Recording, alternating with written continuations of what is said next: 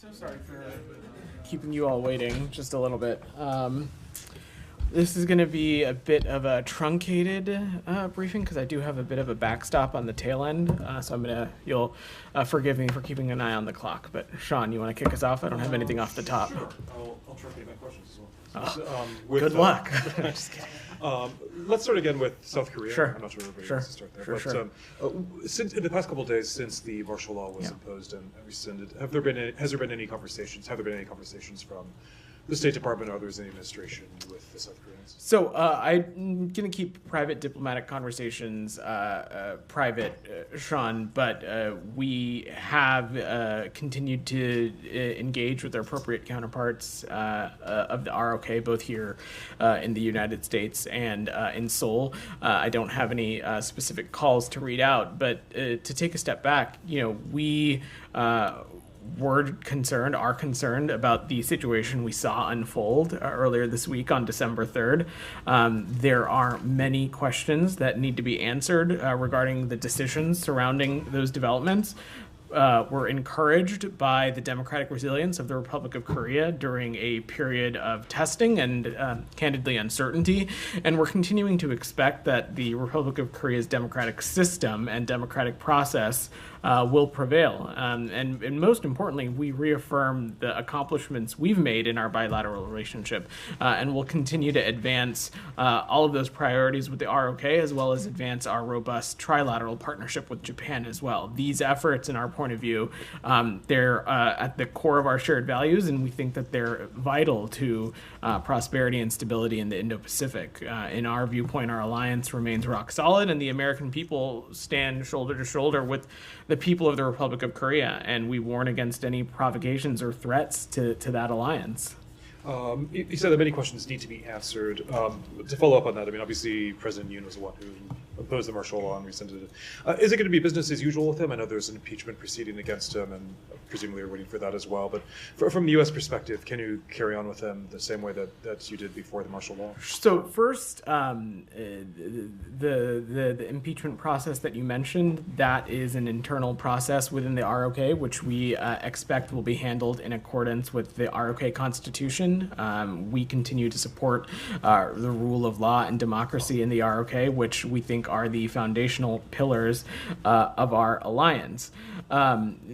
Most importantly, Sean, this relationship, this alliance, this partnership that we have with the Republic of Korea, it transcends any particular president or government on both sides of the Pacific Ocean. This is an alliance and partnership that has transcended Republicans, Democrats, different administrations in our government, and as continues to be the same in the Republic of Korea. And so what this is about is our shared values of a free and open Indo-Pacific, our shared values of managing our relationship responsibly with the PRC, our shared value of the complete denuclearization of the Korean Peninsula. Those are some of the values that we share that we think that are at the heart of our relationship, and we will continue to pursue those and work hand in hand on those issues. Just to pursue that slightly, you said the shared values. Democracy, obviously, you had President Yoon hosted the Summit for Democracy in March, which is a signature initiative of the Biden administration. Can there still be a relationship in the same way with President Yoon without the shared value of democracy, or at least the demonstrated willingness to go against that? Look, Sean, you heard me say this at the top. There certainly are many questions that need to be answered regarding the decision-making surrounding these developments, and we hope and expect that those questions can be answered as soon as possible. But beyond that, we know that there's a number of processes underway within the Republic of Korea system, and we expect that those processes to go about their way consistent with the rule of law and to be going about peacefully as well. I'll change topics unless anybody wants to continue. Anything else on the Republic of Korea? On Korea? Yeah. Let me do Simon, then I'll come to you, Channing. Go ahead, Simon. Just wanted to follow up on a couple of things that you said to Sean. Just to understand what you say, you're saying there are questions that need to be answered. These are questions that you're asking to the South Koreans and asking them to respond. So I'm gonna keep private diplomatic conversations private, Simon. We are continuing to engage appropriately with our ROK partners, but I'm speaking about it in the broad context that of the decision-making that went about on earlier this week. Certainly the United States, and I'm sure other members of the international community, have questions surrounding these developments, have questions surrounding the decision-making that went into that, and those questions need to be answered, and that's something that we're continuing to engage with our partners in the ROK on. Deputy Secretary Campbell spoke to this a little bit yesterday and said that the U.S. interlocutors that the U.S. have in South Korea were surprised. Is there anything more you can tell us about this sort of?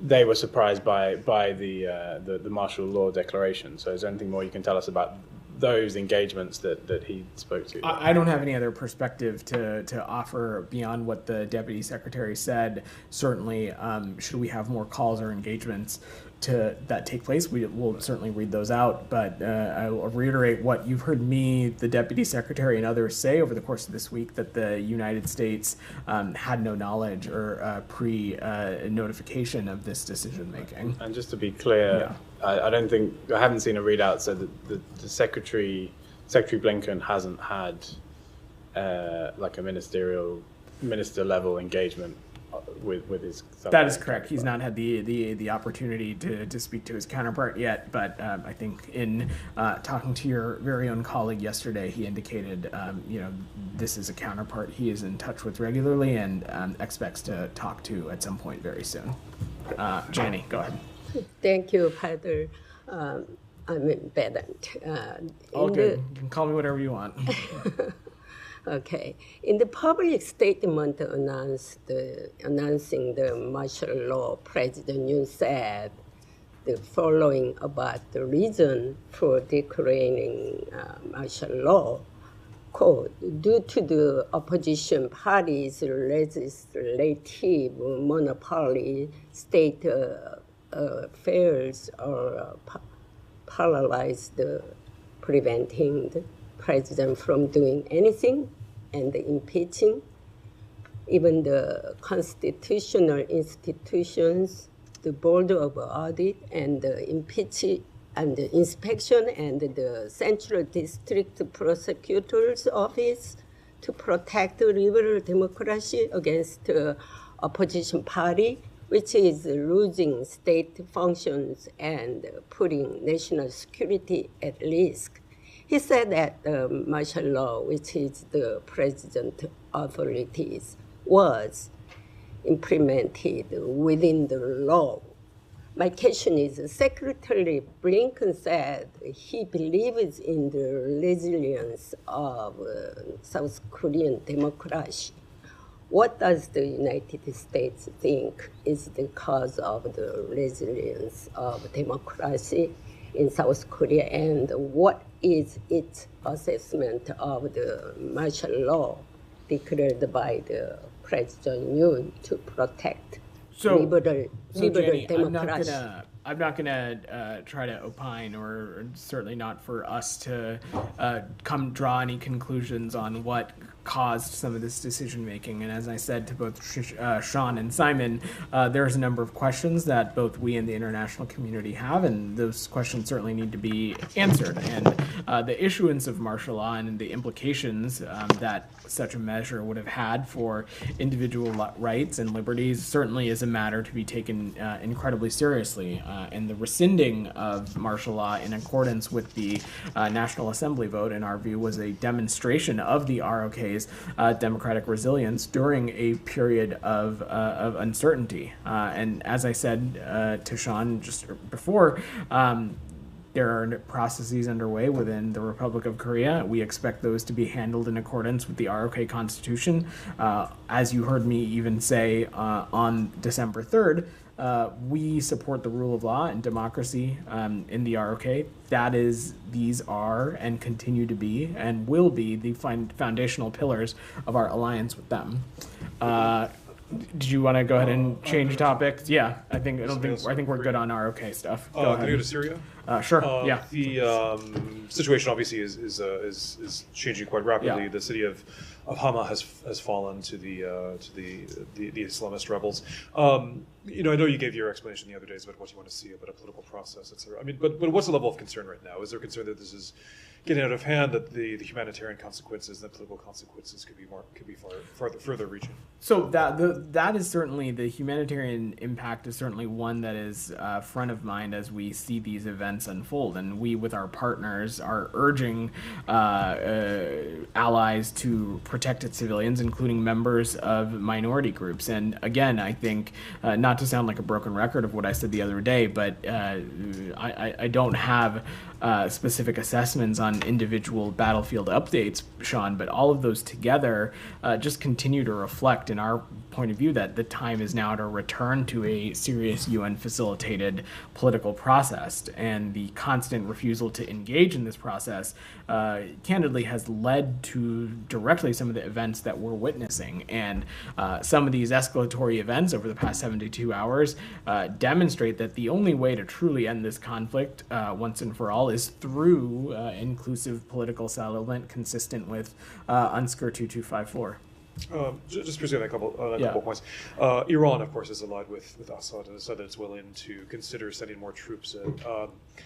Obviously, the U.S. is critical of Iranian involvement. What's your take on that? I mean, is there a sense that there needs to be prevention of Damascus falling? Even what's your assessment of a greater Iranian role? Well, look, this goes back to what we've long said, that we think the Iranian regime has been and continues to be one of the largest exporters of terrorism and instability since 1979. We want to see Iran stop its destabilizing activities inside Syria and in the broader region writ large, full stop. And we think key to that, at least in the context of Syria, is a UN-facilitated process that is consistent with UNSCR 2254. Just one more, Yeah. but sort of peripherally related, but on Iran, domestically in Iran, Narges Mohammadi was released, but only temporarily. This is, of course, the Nobel laureate. Does the U.S. have a stance about, have any take about whether this is a positive development, whether more needs to be done? So we're aware of the reports of Narges Mohammadi, that she's been temporarily released from prison for medical treatment. It continues to be deeply troubling and unfortunate, because she should have never been incarcerated in the first place. And her deteriorating health is a direct result of the abuses that she's endured at the hands of the Iranian regime. We call again, just as if we've done before, the immediate and unconditional release of Narges and other political prisoners who continue to be detained without just cause.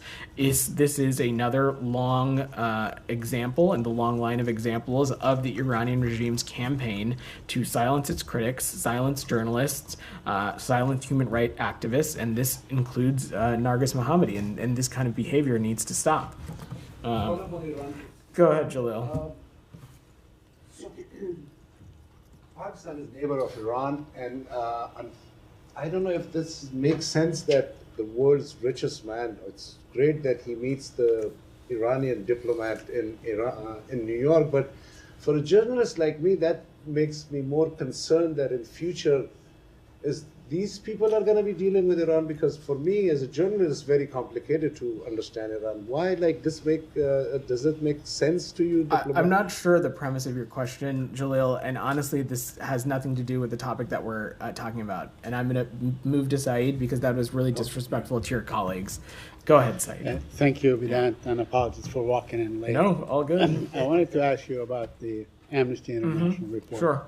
I wonder if you saw this. Amnesty International concluded that Israel is in fact committing genocide in Gaza. First of all, have you reviewed the report? So I've seen the reporting about the report, and I will let Amnesty International speak to the details about it.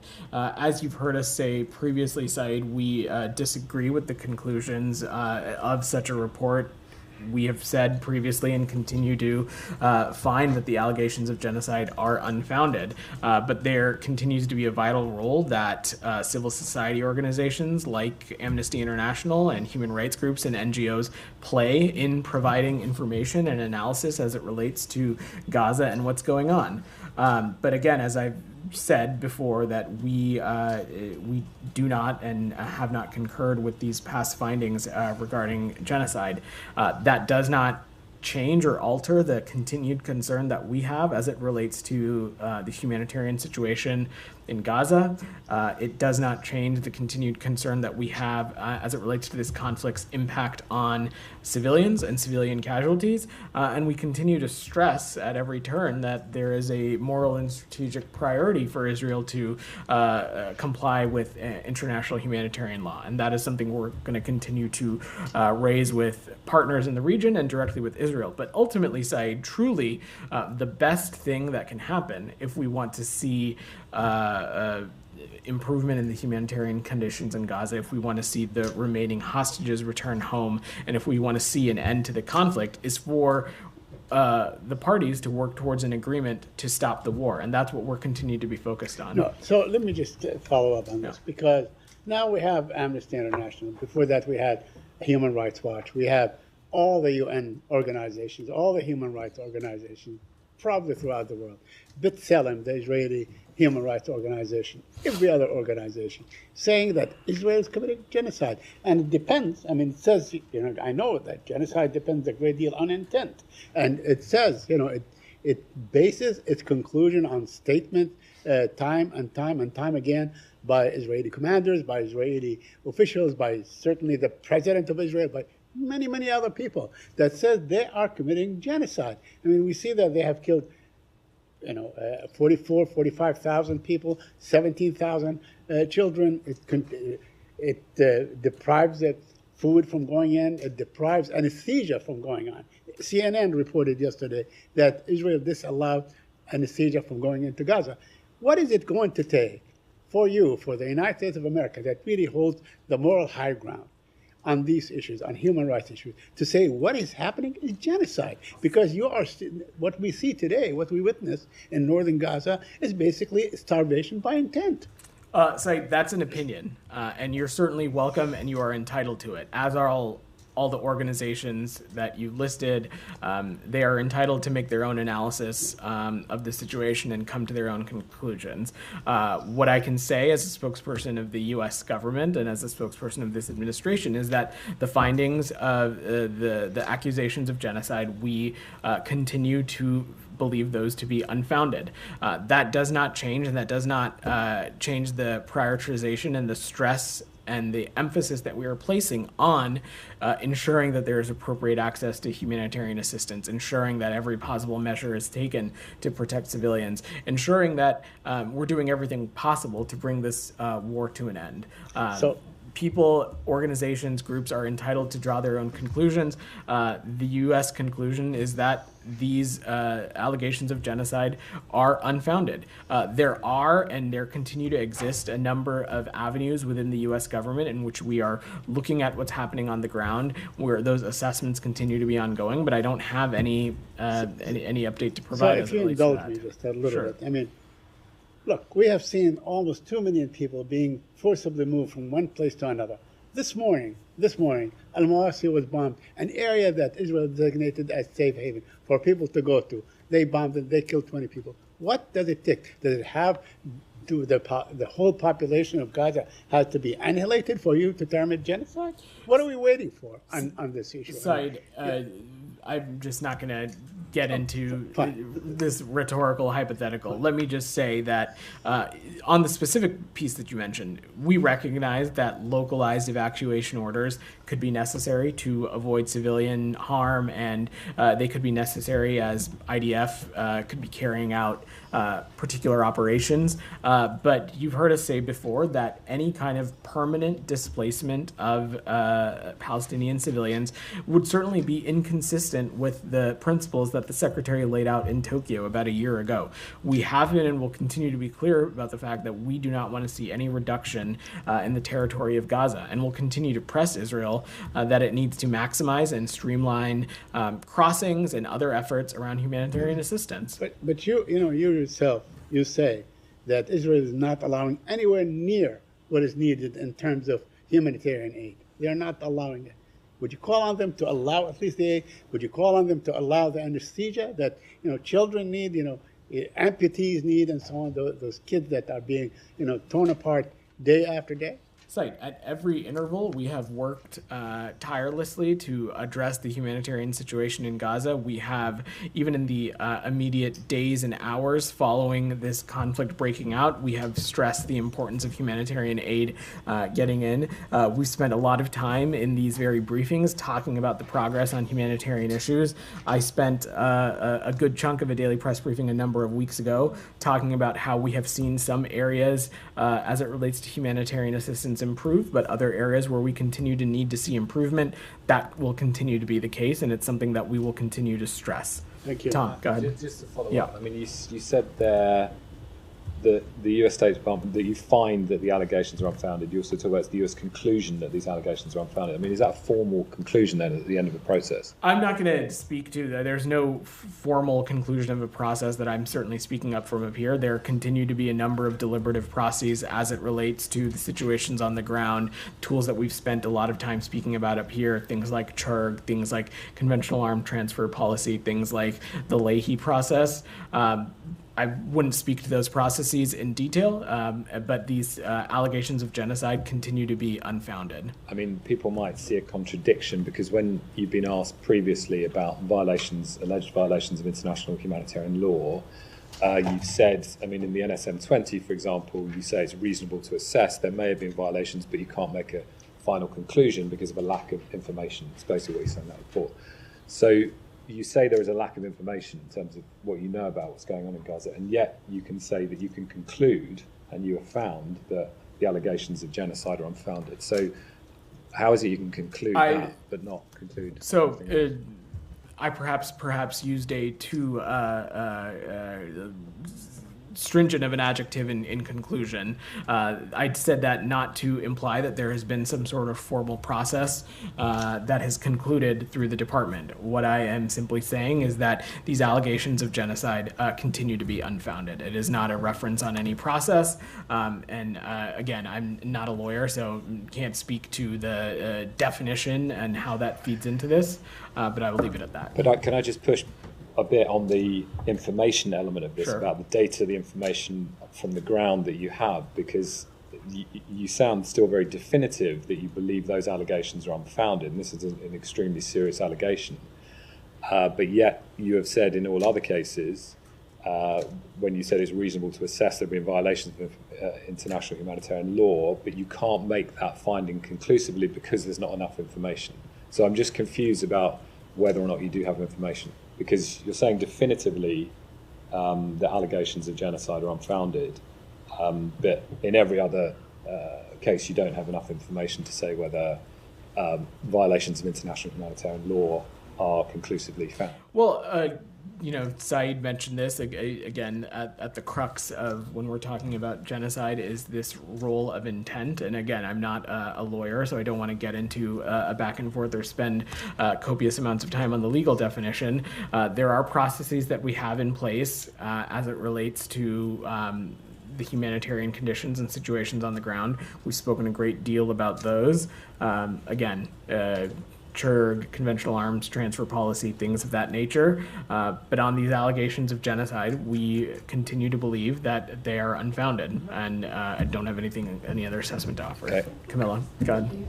Also following up on that, Yeah. so Tom's point, the Secretary said yesterday in a Reuters interview that he said, quote, we don't have people on the ground, and there's also not a lot of media on the ground, and it's very difficult to gather those facts to make sure that we actually get it right. So that sounds like the Secretary is, again, he has said this before about having to struggle with the real-time analysis of this that this department has.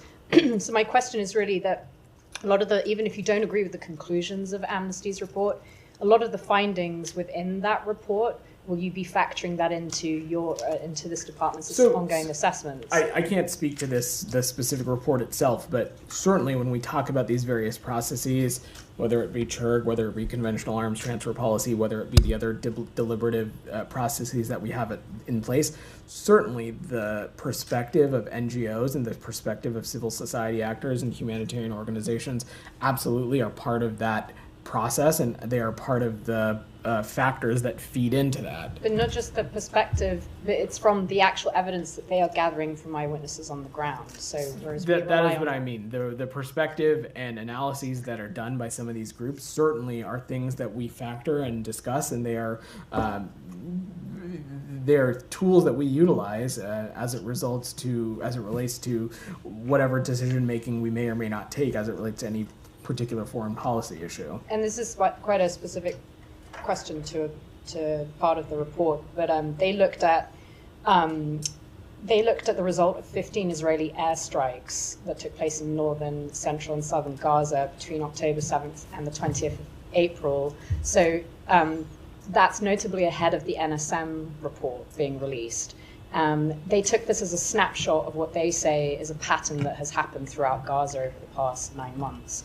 That led to the killing of civilians, and that there was no evidence that there were, in fact, any Hamas military assets or fighters in those locations, and that those strikes killed over 300 civilians, including over 140 children.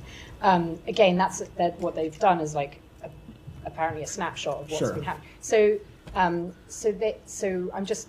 What is your response to that, given the NSM report came out shortly after that? Are you guys not looking at the same evidence that they're looking at? So I will leave it to the IDF to speak specifically to its operations. What I can say is that we are talking about a belligerent in Hamas that has a long track record of co-locating itself with civilians and civilian infrastructure, using civilian facilities as bases and operating centers. That's not hyperbole. There's plenty of open source public reporting on that. As it relates to these specific incidents, I'm not in a place to get into a technical tit for tat of what those particular incidents were or were not, and I will defer to the IDF to speak to its specific military operations. You're saying that the IDF, the U.S. findings in the NSM report are just based on what the IDF is saying? That is not at all what I'm saying. There's a lot of factors that fed into the NSM 20. These particular data points and how and as it relates to that, I don't have that's not a level of detail that I'm able to get into. Simon, go ahead. Just to follow up on one of the things that Tom raised, you talked about the different avenues for assessments that are going on. This department, this building, often does an assessment of whether genocide has happened in certain cases, whether crimes against humanity have happened in certain cases. That there's a specific laid out process for that.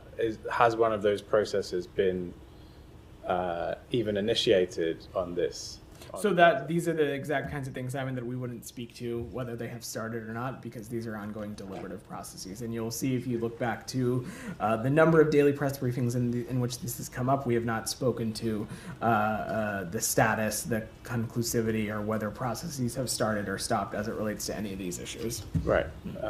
But you're I'm just trying to understand the conclusivity, I guess, of this determination that you've made. It's sort of you're dismissing these allegations out of hand and saying they're unfounded. So that suggests that you've looked into them.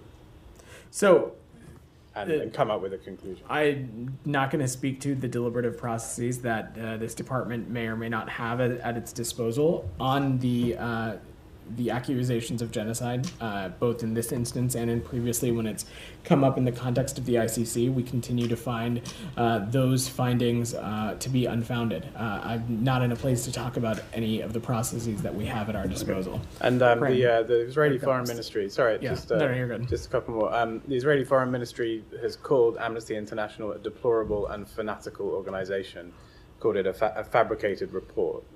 Do you agree with that? Certainly wouldn't agree with the characterization of that. As you heard me say to Saeed, we think that there is an important and vital role that NGOs and humanitarian groups like Amnesty International play in the analysis work that's being done as it relates to the conditions in Gaza, and certainly would not categorize them as deplorable or any of those other words. And a slightly different Gaza-related question. The incoming Special Envoy, Steve Witkoff, has been meeting with Israelis, with Qataris. I wonder if you could speak to those efforts or those talks, and whether we could whether that's positive for reaching a potential ceasefire in Gaza before So, the end of this administration. I am most certainly not a spokesperson for the Trump administration. You'll have to wait till 12:05 on January 20th to do that with whomever is here.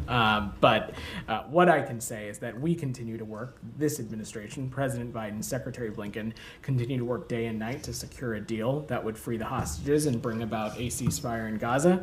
I will let the Trump transition speak to any of the engagements they've had, any of their travel, but this is obviously a priority for us. We are working tirelessly to get it across the finish line, and we'll utilize every hour that we have to do so. And I will let the incoming administration speak to their own foreign policy. And just one specific element of that is that Steve Witkoff apparently had meetings in Qatar, and there's a suggestion that the Qataris are now back as a mediator in these talks in a way that they hadn't been, and that may involve Hamas officials returning to Qatar. Is there anything you can say on that status? I don't have any assessment to offer on that beyond just saying that throughout this process, Qatar has been an indispensable partner, and they continue to be so, both in the context of working to find an end to this conflict, but just the leadership role that they continue to play in the region and the Arab world. And the Hamas presence there? I don't have any, I'll leave it to Qatar to speak to that. Yeah, go ahead. The MOU has been signed with the transition team for the State Department yet? So it has not. And so if there are meetings that are happening to do with the Gaza ceasefire deal with members, of the Trump transition team with the Qataris, for example, I mean, is there not a danger here that there are, duplicated messages or contradictory messages that might actually stifle the process? Well, look, you've heard me, the Secretary, Matt, say unequivocally that it's our viewpoint that there is, of course, only one president at a time and such, one Secretary of State at a time and so on and so forth. All I can stand up here and say, Tom, is that the MOU with the State Department has not been signed. The broader MOU with the General Services Administration has not been signed. I will leave it to the Trump incoming team to speak to their process as it relates to MOUs. But the department has not, to your question about the role that we have played in some of these foreign engagements or not, to my knowledge, we have not played a role. But just on that, I mean, you don't have any knowledge basically of of any conversations that are taking place by members of the transition team with key regional players on this issue. Look, appropriate officials across the interagency are in touch with the incoming administration, consistent with the MOUs that have been signed. So I wouldn't go so far to say that we don't have visibility. Your specific question was about the GSA and the State Department one, which has not been signed. Go ahead. Yeah. Thanks, I'll come to you. It's on topic. Yeah. So I mean, the Trump transition has signed an MOU with the DOJ, and that does allow for FBI background checks. So couldn't the State Department be in touch with the transition, and are there plans for Secretary Blinken to meet with Senator Rubio? Because the Trump transition statement said ultimately this will afford the transition process additional insights, and it facilitates our agency landing teams gaining access to the information they need to prepare for leadership of the federal agencies and departments. I'm just going to jump in because we're short on time. Jackson, I will leave it to the Trump administration's team to speak to the MOUs they intend to sign or not. What I can say again is that the one with the State Department has not been signed. The one as it relates to the White House, is my understanding, has been signed, and as you so noted, it's been announced that the one with the Department of Justice has. I will leave it to the General Services Administration and the Trump transition team to speak to what that means. To our knowledge, there's not yet been a agency review team for the State Department that has been appointed. Should there be one, we of course stand ready to appropriately engage and do everything we can to make sure that there is a seamless transition. Number two, as Matt has said previously, the Secretary and Senator Rubio had the opportunity to speak on the phone briefly a couple of weeks ago. I'm sure at some point before January 20th, they will have the opportunity to sit down and talk about some of these issues in greater detail. I have a couple other questions. Praim's had his hand up patiently. Go ahead. Yeah. So we've seen the targeting of thousands of journalists, medical staff, humanitarian workers, infrastructure workers the total decimation of agriculture, religious sites, homes, residential blocks, the destruction of neighborhoods, memories, bloodlines. Northern Gaza is ethnically cleansed to a great extent. Doctors, including from America, say that they've seen kids deliberately sniped. How many acts of genocide does it take to make a genocide? So, look, I appreciate what you're trying to do with the way that you phrase that question, but let me just say again unequivocally that the allegations of genocide we find to be unfounded. That being said, a number of areas continue to be of deep concern to the United States.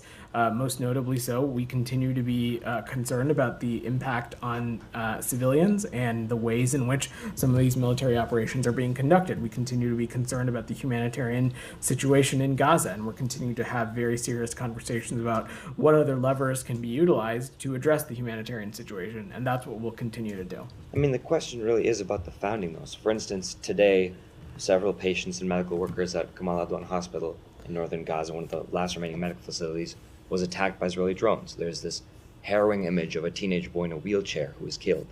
This is after a week of Israeli forces killing a Save the Children staffer, 3 World Central Kitchen workers, a head chef of the Gaza Soup Kitchen, an ICU director shooting a 10-year-old girl. And that's in a matter of days. And how do attacks like these that apparently are not an aberration, considering we've seen these over and over again, have anything to do with Hamas?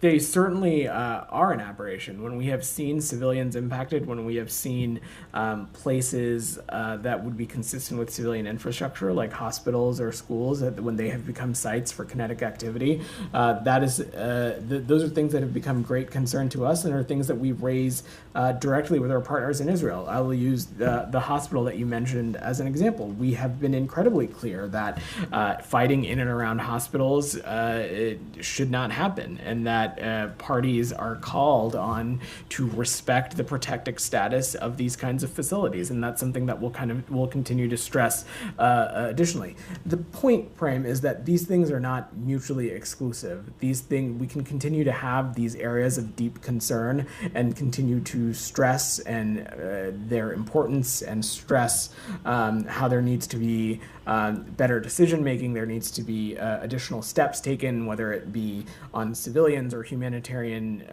situation.